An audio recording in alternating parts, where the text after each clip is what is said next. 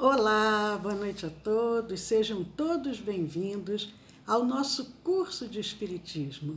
Eu sou Leila Rocha de Oliveira, do Centro de Estudos Espíritas Allan Kardec, da cidade de Olambra, cidade próxima a Campinas, interior de São Paulo. É uma alegria estarmos juntos. Como todas as quartas-feiras, às 20 horas, nós temos trazido o nosso curso de Espiritismo e nós temos utilizado para esse curso essa apostila, que é o ESD, é o Estudo Sistematizado da Doutrina Espírita, tomo único, publicação da Federação Espírita Brasileira. É um material muito bom, muito bem preparado pelos trabalhadores espíritas e que nos auxilia na nossa reflexão, no nosso aprendizado. Boa noite, Arnaldo. Os amigos já vão chegando. Arnaldo aqui desejando uma boa noite, que Deus abençoe. E agradecendo pelas lições, a Liete também. Ô, Liete, que bom! Liete do Rio de Janeiro. Que bom, Liete. Nós também éramos do Rio, mas viemos para a Cidade das Flores, viemos para Olambra, interior de São Paulo, em busca, assim, daquele perfume da natureza. Boa noite, Sueli. Tudo bom, minha querida? Mas, queridos amigos, como eu estava dizendo, o nosso curso, ele tem o objetivo, essa apostila, ela pode ser utilizada para outros momentos, mas nós optamos para o estudo do segundo ano de Espiritismo, utilizarmos essa apostila que é o tomo único. Para o primeiro ano tem o tomo 1, tem a publicação também do tomo 2 e tem a publicação do tomo único. Nós optamos pelo tomo único para o segundo ano. Mas mesmo aqueles que não fizeram ainda o primeiro ano, tenho a certeza que vão conseguir acompanhar bem. A Aliette está dizendo que ela fez o curso na Agremiação Espírita Pedro II. Eu acho que é isso. Que bacana, Liette. Aonde fica essa agremiação espírita? Eu nunca tinha ouvido falar. Agremiação Espírita Pedro II. Mas nós vamos ler, para uma preparação espiritual, antes de iniciarmos o nosso estudo, aqui da própria apostila, tem uma oração. A oração, ela está publicada no livro Tramas do Destino, pelo médium Divaldo Franco e o espírito Manuel Filomeno de Miranda, no capítulo 30, Novos Rumos. E a oração vem dizendo assim: Divino benfeitor, amanhece em nossos caminhos. As sombras da noite moral, insistente, dilui-se ante a claridade que nos visita. Em todos os trâmites de dor e inquietação, foste a nossa segurança e o nosso apoio. Sempre experimentamos a dita de fruir a tua presença. No dia novo, segue conosco, Jesus, a fim de que não o nublemos com a treva teimosa que ainda perdura em nós por culpa nossa. Se não pudermos alcançar por enquanto os alcantis dourados nos tentames da ascensão que nos destinas, faculta-nos embelezar as escarpas, a fim de melhorarmos a paisagem para os que vêm corajosos depois de nós. Se não conseguirmos o êxito por nossa imprevidência, enseja-nos ao menos a sabedoria que impede o acumpliciamento com o crime.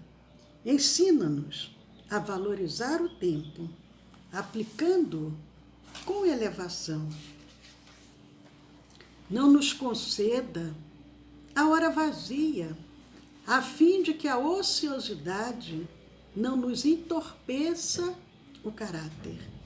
Nós que temos vivido em fugas incessantes, agora te suplicamos a coragem e o destemor para o avanço do espírito, robustecido pela fé e dignificado pelo sacrossanto sentimento do amor.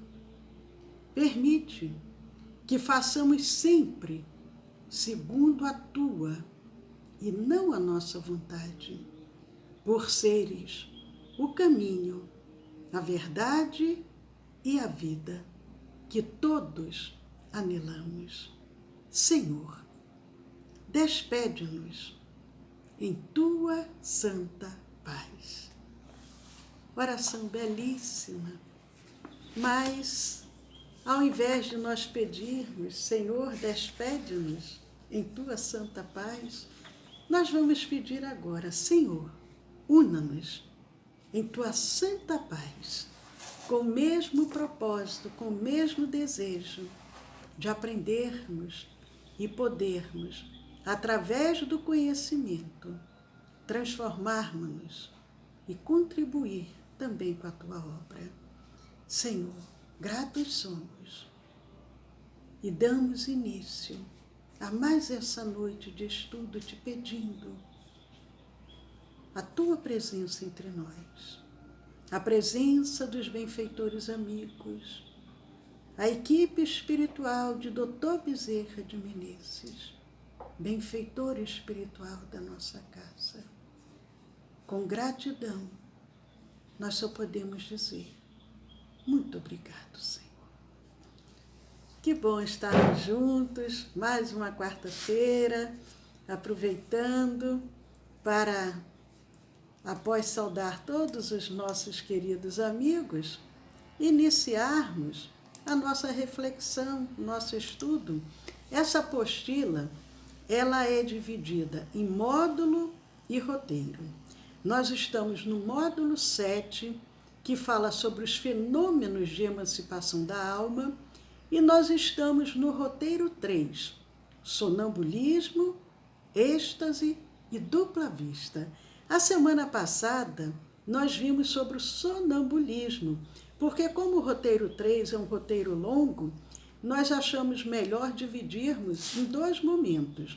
Nós vimos sonambulismo, mas para quem, porventura, não conseguiu acompanhar a nossa aula, é só ir lá no nosso canal do YouTube, está lá gravado, lá na playlist do curso de Espiritismo 2º ano. Nosso canal do YouTube é o Centro de Estudos Espíritas Allan Kardec, aqui de Olambra. Então, todo esse material está lá desde a primeira aula. O roteiro 3, que fala sobre sonambulismo, êxtase e dupla vista, hoje nós vamos dar continuidade falando sobre o êxtase. Nós falamos a semana passada um pouco de cada um, do sonambulismo, do êxtase e da dupla vista. Mas nós agora vamos abordar mais, com um pouquinho de mais profundidade, com relação ao êxtase. E o Livro dos Espíritos, na questão 439, 439, vem nos falando, o êxtase, por sua vez, é, segundo o ensino espírita, um sonambulismo mais apurado. A alma do estático é mais independente. Nós vimos que o sonâmbulo, ele já tem uma independência. Só que no caso do êxtase, a alma, que é o espírito encarnado, ela fica ainda mais liberta, mais independente, mais do que no estado de sonambulismo. E na questão 455 vem dizendo, de fato, no sonho e no sonambulismo, o espírito anda em giro pelos mundos terrestres. E de acordo com a nossa evolução, às vezes a gente mal consegue sair do quarto, vai até a sala, vai até o jardim. Outros conseguem já fazer um voo maior, visitam amigos até em outros países, reencontram seres amados no mundo espiritual, seres que às vezes já desencarnaram, nós comentamos tudo isso já com relação quando falamos sobre o sono, sobre os sonhos. Mas, no caso do espírito estático, é mais ainda essa independência.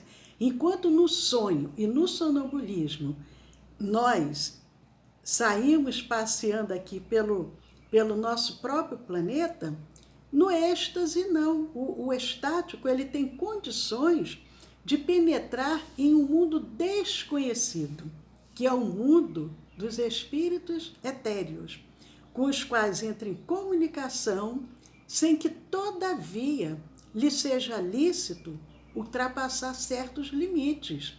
Porque se os transpusesse, o que poderia acontecer?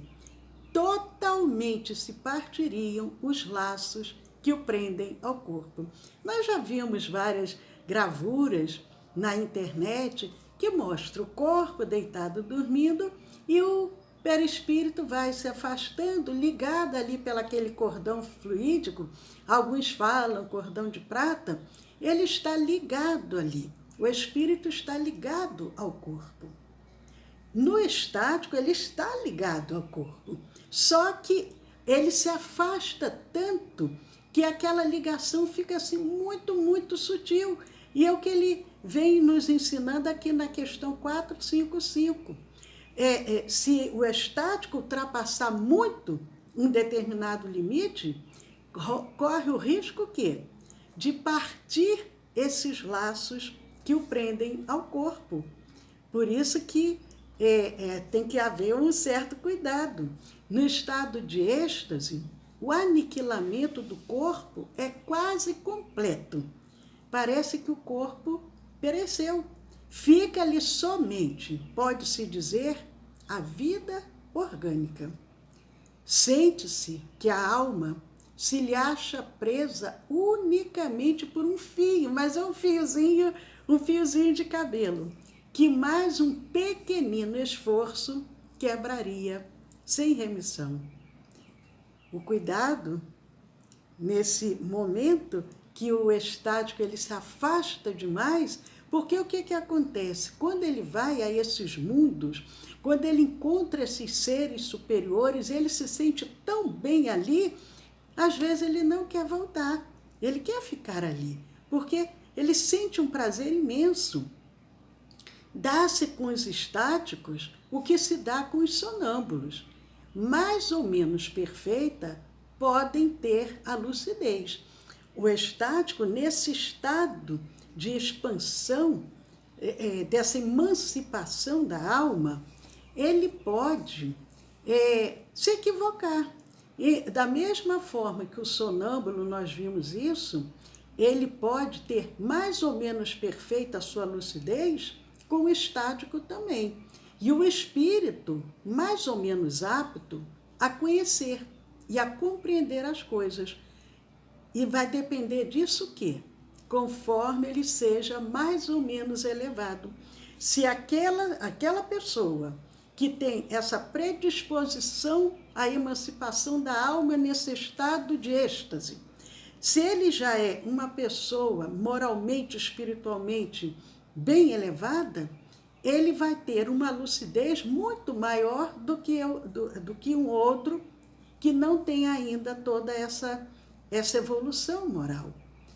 Por isso, ele pode transmitir imagens, falar coisas que às vezes mais pela sua excitação e não que realmente ele tenha presenciado tudo aquilo. Muitas vezes, porém, há neles, vem dizendo os benfeitores, na questão 455 de O Livro dos Espíritos, às vezes há mais excitação do que verdadeira lucidez. Ou melhor, muitas vezes a exaltação lhes prejudica a lucidez. Não tem pessoas que assim, eufóricas demais, que elas não conseguem nem raciocinar muito, ela já fica naquela euforia? E é o que acontece. Se o estático ele ainda não tem um certo grau de evolução moral, ele pode trazer mais aquela exaltação do que realmente o que ele presenciou. Daí o alerta que vem dos benfeitores de Kardec, daí o serem frequentemente suas revelações um misto de verdades e erros, de coisas grandiosas e coisas absurdas, até ridículas. E nós vemos isso em outras situações, por exemplo,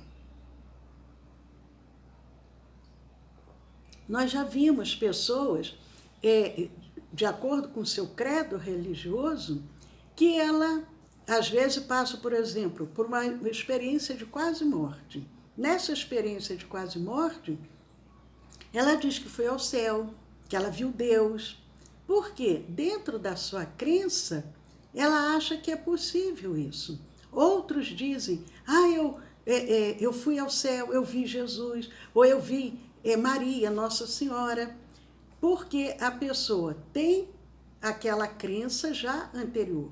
O estático, com as suas crenças, com a sua própria forma de ver o mundo, ele pode trazer aí, fazer um misto de verdades e erros. Ele trazer revelações grandiosas, mas também trazer, junto com essas revelações, coisas absurdas e até ridículas. Por isso que Kardec, que era muito equilibrado, chamado de bom senso encarnado, o que ele dizia?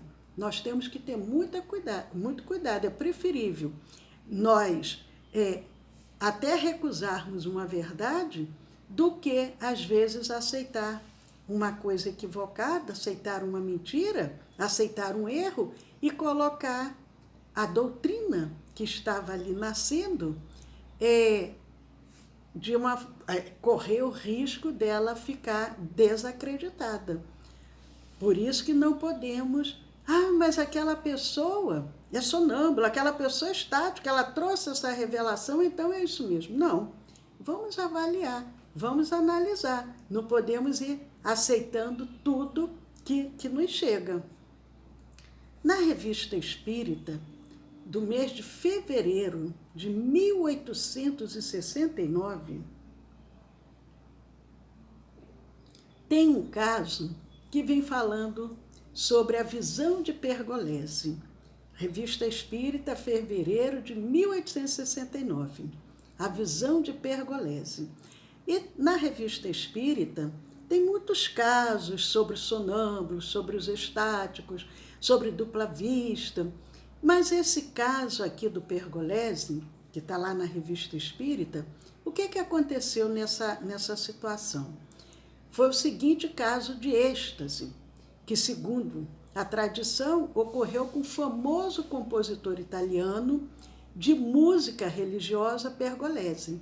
O Pergolesi era um grande compositor italiano que viveu no século XVIII, a Revista Espírita é do século XIX, ele viveu no século XVIII, e o fato é relatado pelo senhor Ernest Lenordez.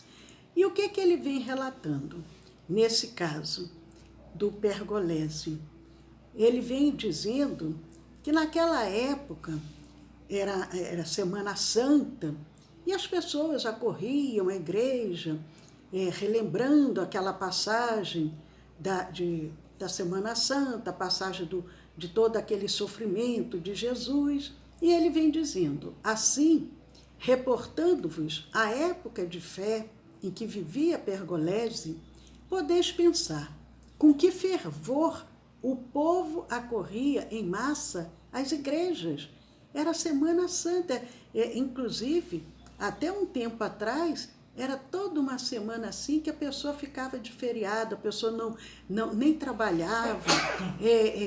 Sexta-feira, a pessoa passava a semana toda, não comia carne, tinha todo aquele vínculo ali, relembrando o sofrimento de Jesus. E ele vem dizendo, o povo corria para a igreja, as massas iam para meditar as cenas enternecedoras do drama que Jesus passou ali no Calvário.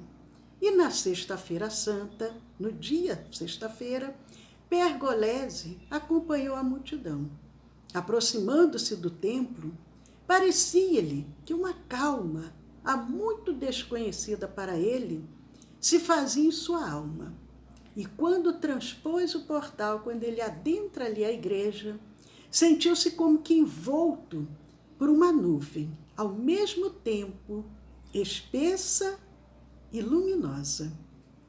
Logo, nada mais viu. Profundo silêncio se fez em seu redor. Depois, ante os seus olhos admirados, e em meio à nuvem, no qual até então lhe parecia ter sido levado, viu desenharem-se os traços puros e divinos de uma virgem, inteiramente vestida de branco. Ele a viu pousar seus dedos etéreos nas teclas de um órgão e ouviu, como um concerto longínquo de vozes melodiosas que insensivelmente dele se aproximava. Pergolese, ele entra naquele estado de êxtase, ele vê aquele vulto belíssimo, vestida de branco, e começa ali no teclado, naquele órgão, tocando uma música celestial.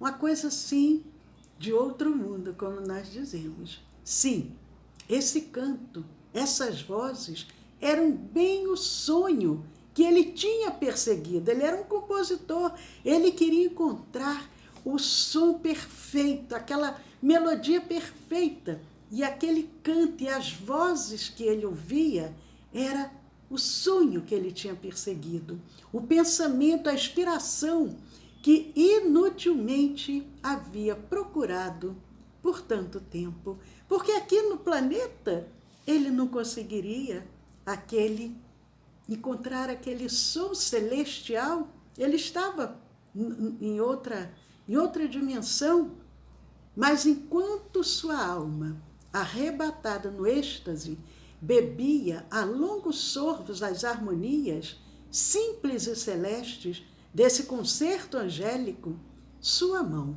como que movida por força misteriosa, agitava-se no espaço e parecia traçar, malgrado seu, notas que traduziam os sons que o ouvido escutava.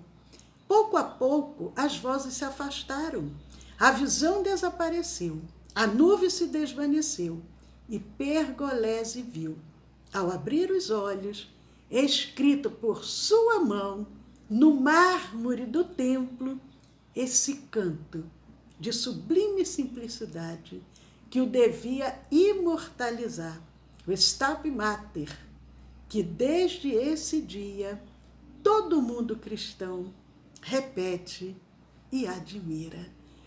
Ele ficou num estado de êxtase, aquela música tão belíssima que ele consegue compor e que se torna famosa.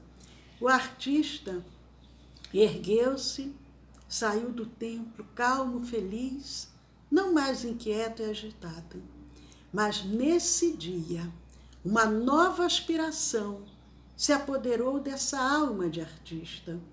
Ele ouvira o canto dos anjos, o concerto dos céus.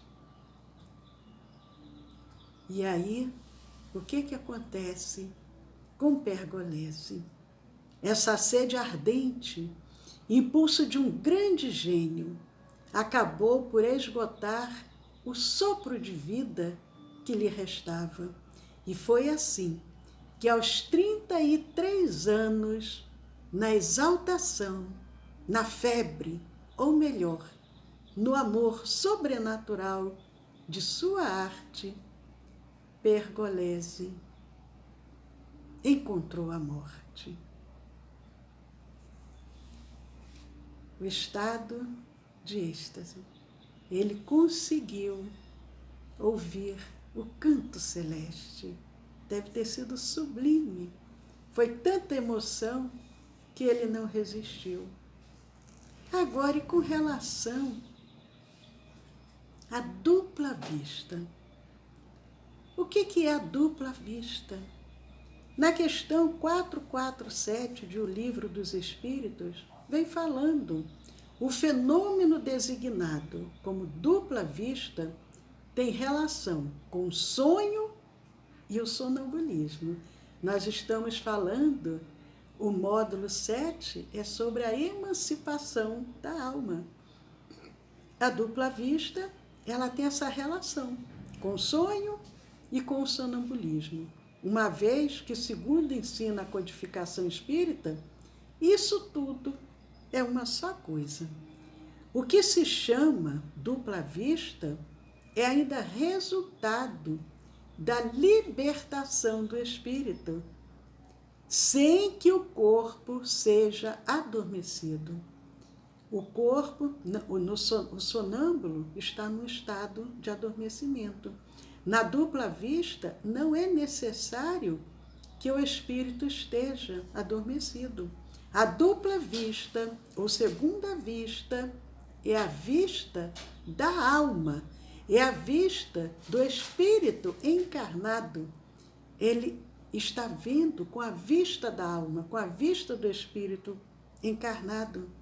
Com efeito, a alma, às vezes, emancipa-se também do estado de vigília, produzindo, nesse caso, o fenômeno chamado de dupla vista. Ele não precisa estar adormecido. Ele consegue se afastar momentaneamente e ele consegue ver com a vista da alma. É a faculdade graças à qual quem a possui, quem tem essa faculdade, ele pode o quê? Ver, ele pode ouvir, ele pode sentir, além dos limites dos sentidos humanos. É muito interessante. E continua ainda na questão 455, dizendo que no momento em que o fenômeno da segunda vista se produz, o estado físico do indivíduo se acha sensivelmente modificado. Ele fica meio que fora de órbita nesse momento. O olhar apresenta alguma coisa de vago, ele olha sem ver, porque a visão física não está vendo, quem está vendo é a visão da alma. Toda a sua fisionomia reflete uma exaltação. Ele pode estar ali numa reunião, conversando, e de repente ele meio que dá aquele apagão e ele está ali fisicamente, mas ele se afasta. E aos dotados dessa faculdade, a dupla vista, ela se afigura tão natural como a que todos temos de ver. Nós, logicamente, que não tivermos nenhum problema de visão, nós temos a condição de ver. Aquele que é dotado da dupla vista, ele vê de uma forma tão natural como a gente vê normalmente também. O poder da vista dupla varia. Também o cuidado que tem que ter. Porque a pessoa pode ter a dupla vista, mas não é todo mundo que tenha no mesmo nível. Então, o que pode acontecer? Isso desde a sensação confusa, indo desde a sensação confusa até a percepção clara e nítida das coisas presentes ou ausentes.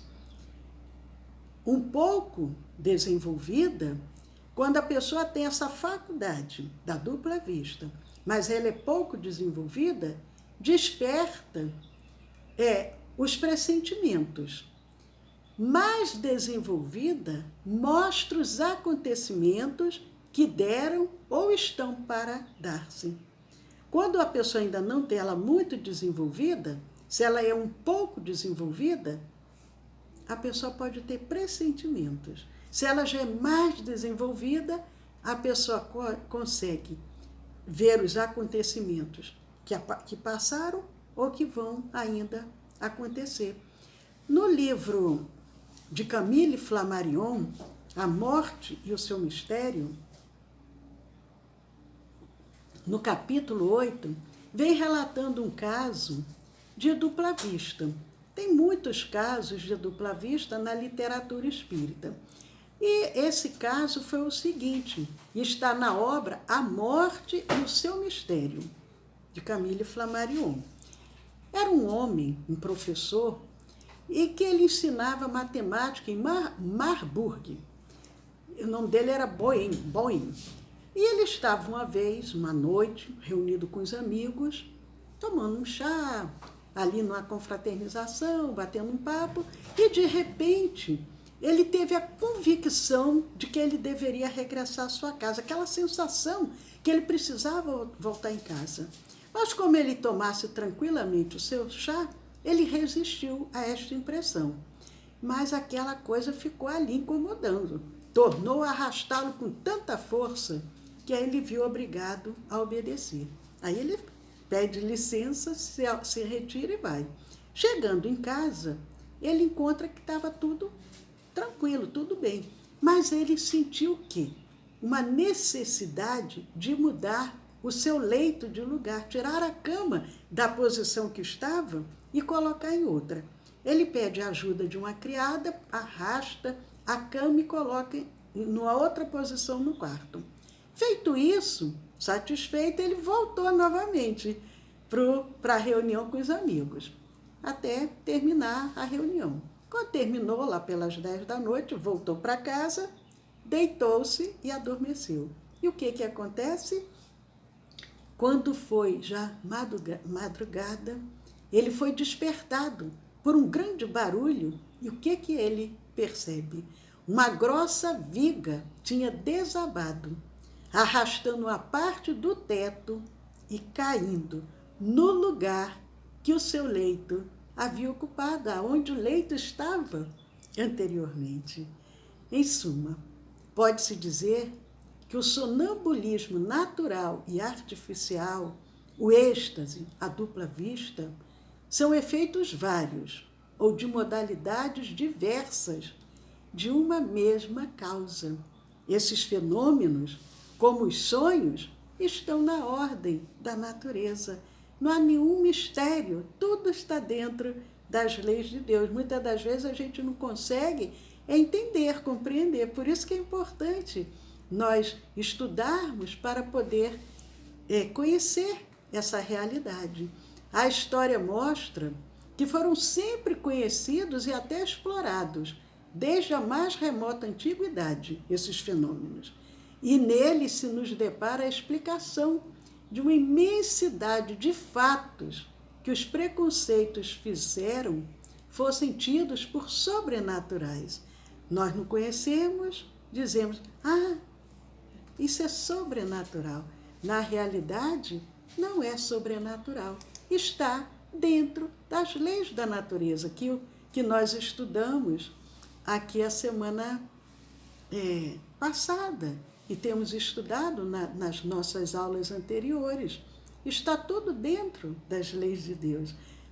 Muitos de nós, quando não conhecemos, achamos, isso é sobrenatural. E aí, como nós temos visto, a pessoa pode ser chamada de bruxo, feiticeiro e outras coisas mais, mas não, está tudo dentro das leis de Deus. Mas, queridos amigos, hoje é quarta-feira, como todas as quartas-feiras, às 20 horas, nós temos trazido o nosso curso de Espiritismo. É um prazer muito grande estar com vocês e esperamos que na próxima quarta possamos continuar juntos, agora com um assunto novo. Aguardem, que vai ser um tema muito interessante. Esperamos vocês. Até a próxima quarta. Paz a todos.